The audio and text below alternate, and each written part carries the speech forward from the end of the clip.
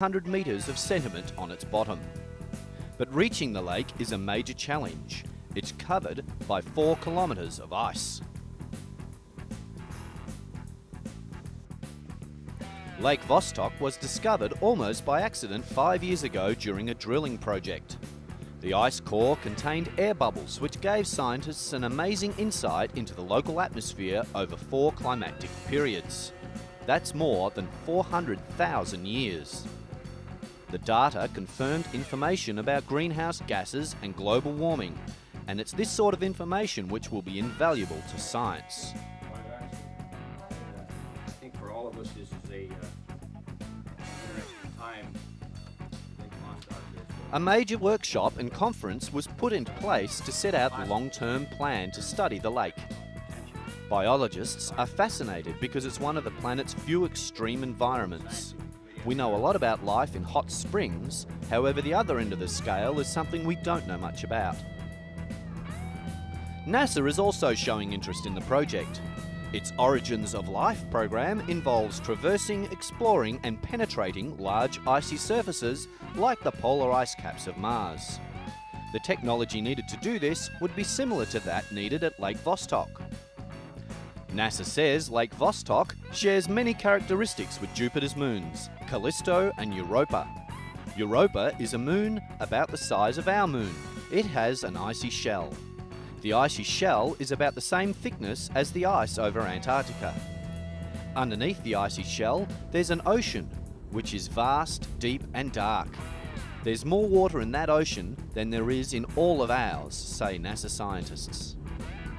It was originally thought that Vostok was a freshwater lake, but the latest information suggests it may be brackish or salty, which may mean there are more potential nutrients to support life. However, nothing can be said for sure until the lake is explored. Drilling technology that wouldn't pollute Vostok's clean, untouched environment has yet to be invented. While initial equipment testing may be carried out at Lake Vostok next year, it may be more than a decade before this mysterious polar sea tells us its secrets. I wonder what it has to say.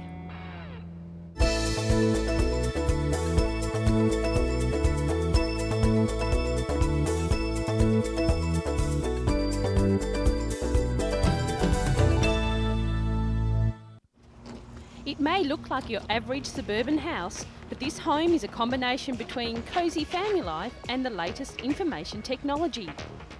It's a house that's been wired to make life that little bit easier. Strategically placed webcams can act as an outside security system or enable parents to keep an eye on children in other parts of the house. The web pad, almost like a laptop computer but with no keyboard or wires, can be used anywhere to control the heating, lighting or any appliance through the integrated system. For the cost of a telephone call, parents away at work can still see their children and maintain close contact. In just one example of the applications, a child can do homework on the computer which can be remotely accessed by the parents for correction, supervision and interaction. So basically you can't get away with much. Turning on the evening dinner is only a flick of an electronic pen, and watering your garden takes no more effort than pressing a button.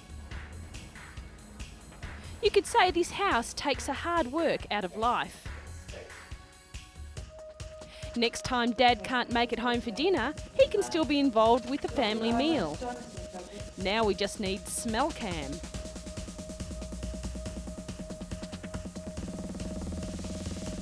How great it would be to have a computer in every room, with access to the rest of the house.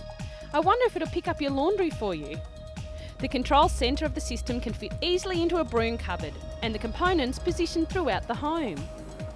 The technology would add an extra $45,000 to the cost of a home, but suppliers say the price will decrease as the houses become more common. Technology like this is amazing and could be the window to the future in building designs.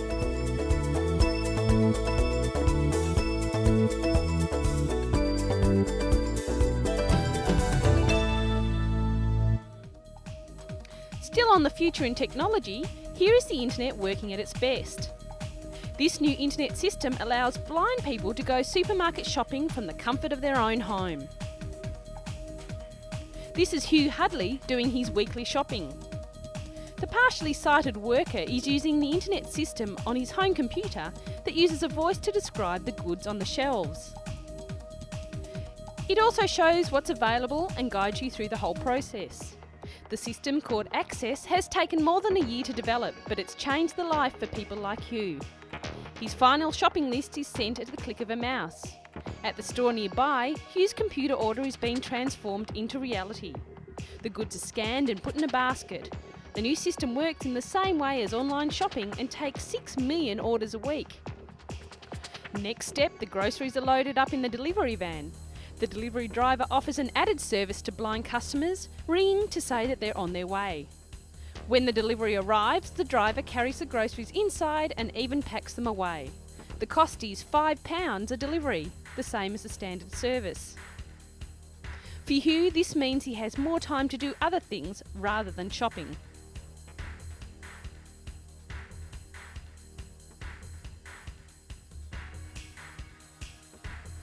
With the new service, you can do all your weekly shopping in 10 minutes.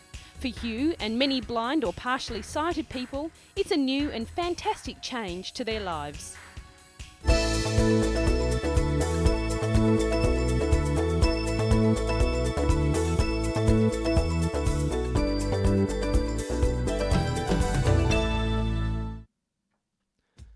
This is a story about a group of old-timers who came together again to teach, help and inspire young minds while setting some awesome records along the way. Students from 4 American high schools have spent a lot of their free time working towards a common goal.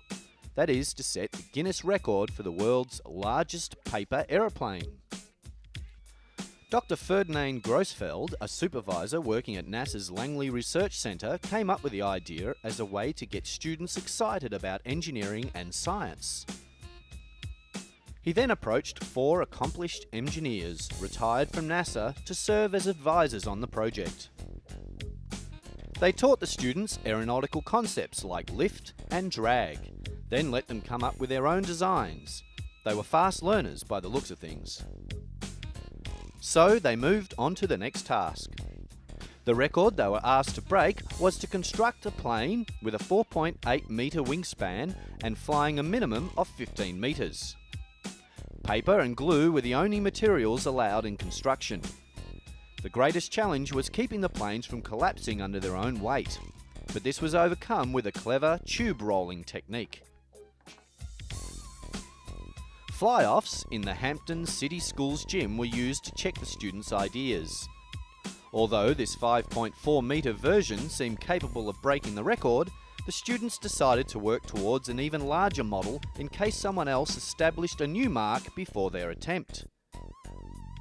As part of the project, the students visited the NASA Langley facilities, including their subsonic wind tunnel, where they took part in an aerodynamic study involving a scale model of a transportation aircraft. Thanks to the glider Virginia soaring, they were also able to experience what the forces felt like on a giant paper-like aeroplane.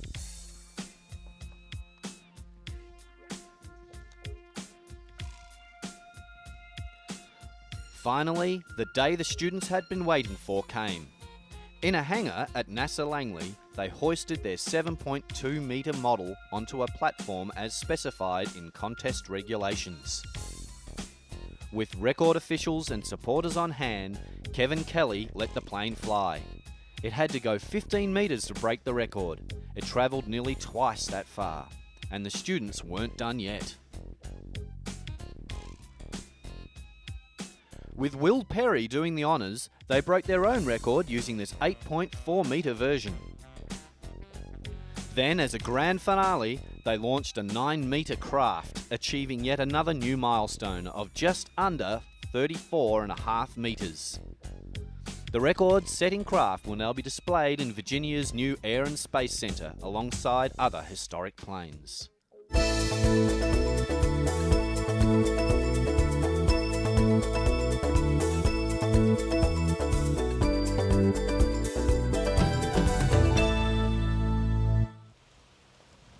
These players may not be aware of it, but with each swing of the bat and every connection between racket and ball, They're testing the engineering and design features behind a piece of a sporting equipment they're using. If you're a keen sports person, you'll probably be aware of the new developments in your sports equipment, like a stronger racket, a better grip, even a bouncier ball. This is science, and it's about to become an important subject at university. Sports technology is being introduced at some of the top schools around the world. Professor Roy Jones is an engineer by training. Here he is testing golf clubs in the university's sports laboratory. He's qualified to be involved in the development, design and manufacture of sports equipment for major companies, and has been doing so for many years. He hopes the new degree course will create students that can develop and design new sports equipment. The 3-year course will combine strength in the discipline of sports and engineering. It will involve the understanding of the human body and its capabilities, design and manufacture of sports equipment, and business studies.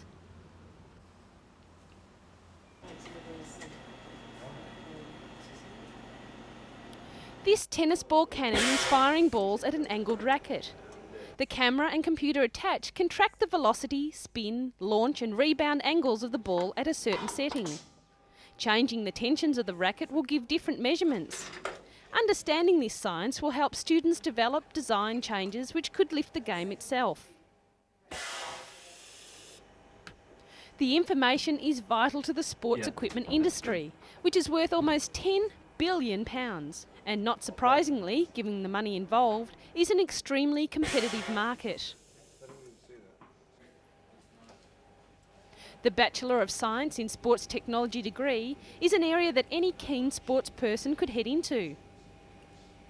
Imagine if you were the designer of the golf clubs that Tiger Woods used to win a championship, or the tennis racket Andre Agassi holds in the air when he wins Wimbledon.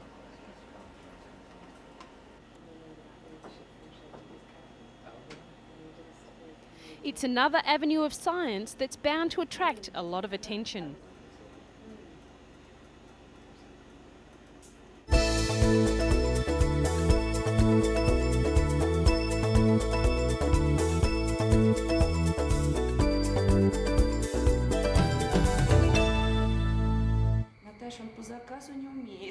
If you have little brothers and sisters, you'll know that at an age of about 6 months old, babies spend most of their time exploring the new world around them.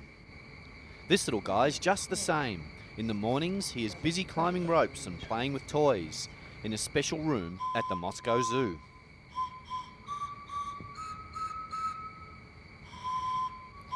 But like any other baby, he also demands and needs contact with others, especially a hug to feel warm and secure.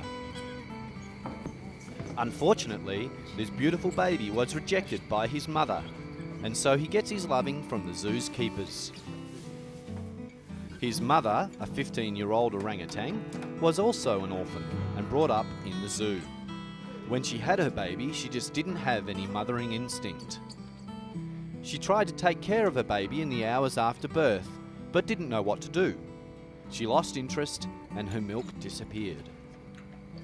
The mother and the father now live in separate sections away from their child. And human zookeepers look after the growing boy each day. Zoos have been around for hundreds of years and until recently were full of bare cages that kept the animal purely as a display for visitors. Now, with the help of scientific research, zoos have become an important part of animal preservation. The best zoos provide the animals with plenty of space and the most natural environment as possible. This helps the animal to carry out its normal behavioural patterns and gives us, the visitor, a more realistic view. Some zoos have even saved animals from total extinction and have highlighted the need for action against illegal trading and logging. As we have discussed in other programs, the orangutan is an endangered species, and although captive breeding programs aren't the most natural way to keep the species going, it may be the only chance these little guys have to continue on. It's thought that the zoos of the future would hold smaller animals rather than elephants and lions. Some animals become bored in the zoo and tend to pace constantly. They may even refuse to breed because they are not in their natural habitat. Giving the animals toys and even a television has helped to solve the boredom problem in the short term. Even monkeys need a puzzle or two to keep their minds active. What it really comes down to, though, is our awareness of a problem that is caused by humans and can only be solved by humans.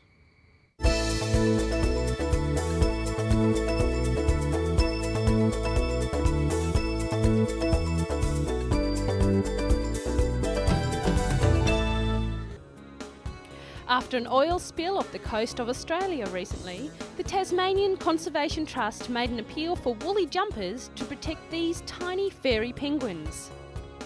When it's cold outside, you put on a jumper, right? Well, so do penguins. These fairy penguins are all set for winter and any oil spills. They have a wardrobe of 1,000 tiny woolly jumpers that have been specially knitted. Some have come from as far away as Japan, and there have been requests for the pattern from countries all around the world. You can even take a look on the internet if you feel like whipping up a miniature jumper or two. Penguins are notorious preeners. They use their beaks to clean and repair their tiny feathers. If they've been caught in an oil spill, they tend to breathe in the dangerous gases stuck to their feathers. Community groups such as staff at this library have been knitting jumpers by the hundreds.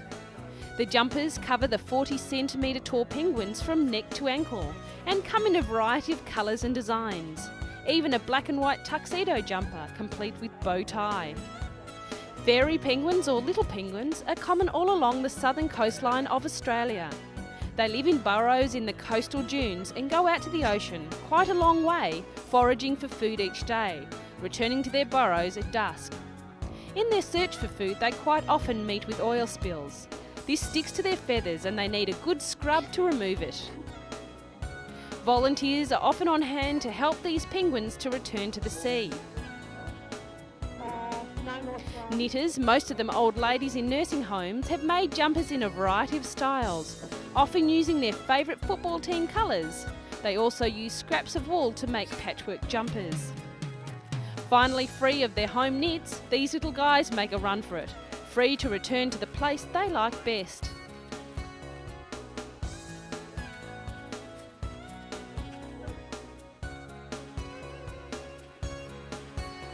But it's the help of dedicated volunteers that keep the fairy penguins warm and alive.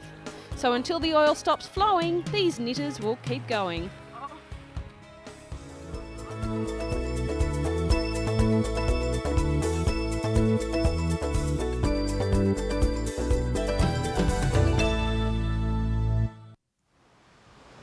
In this New York City store, there is a strange new range of products available.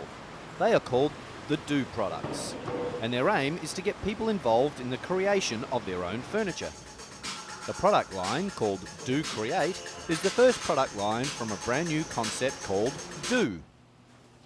The shop is called The Apartment and has been set up to look like a lived-in apartment, with working fixtures. Everything you see is for sale. The Do Swing-like fixture has turned out to be a popular outlet for customers and sales staff. What a great idea when you just feel like hanging around. It's all part of a new line of furniture that promotes what the suppliers call activism. Here we go. Ooh. Most designers would be insulted if Let's someone do took a this. sledgehammer to their chair. But the makers of the Do Hit chair would be disappointed if they didn't. In fact, they include a sledgehammer with every chair they sell. The Do Hit chair arrives as a perfect steel cube with an accompanying sledgehammer. Bash it into a desirable shape, and if you're still uncomfortable, bash it some more. It's a great way of getting rid of that built-up anger, and at $1,500 US, it will get your heart pumping. Here is the indestructible Do Break vase. The heart of the vase is rubber. It's covered with porcelain. Do Cut is a totem-like column of polystyrene. It comes with a hacksaw so that it can be made into a variety of items. All these products give you the chance to become the artist and the designer. But if your furniture is don't furniture, then you'd better not do what you have just seen done to the do furniture.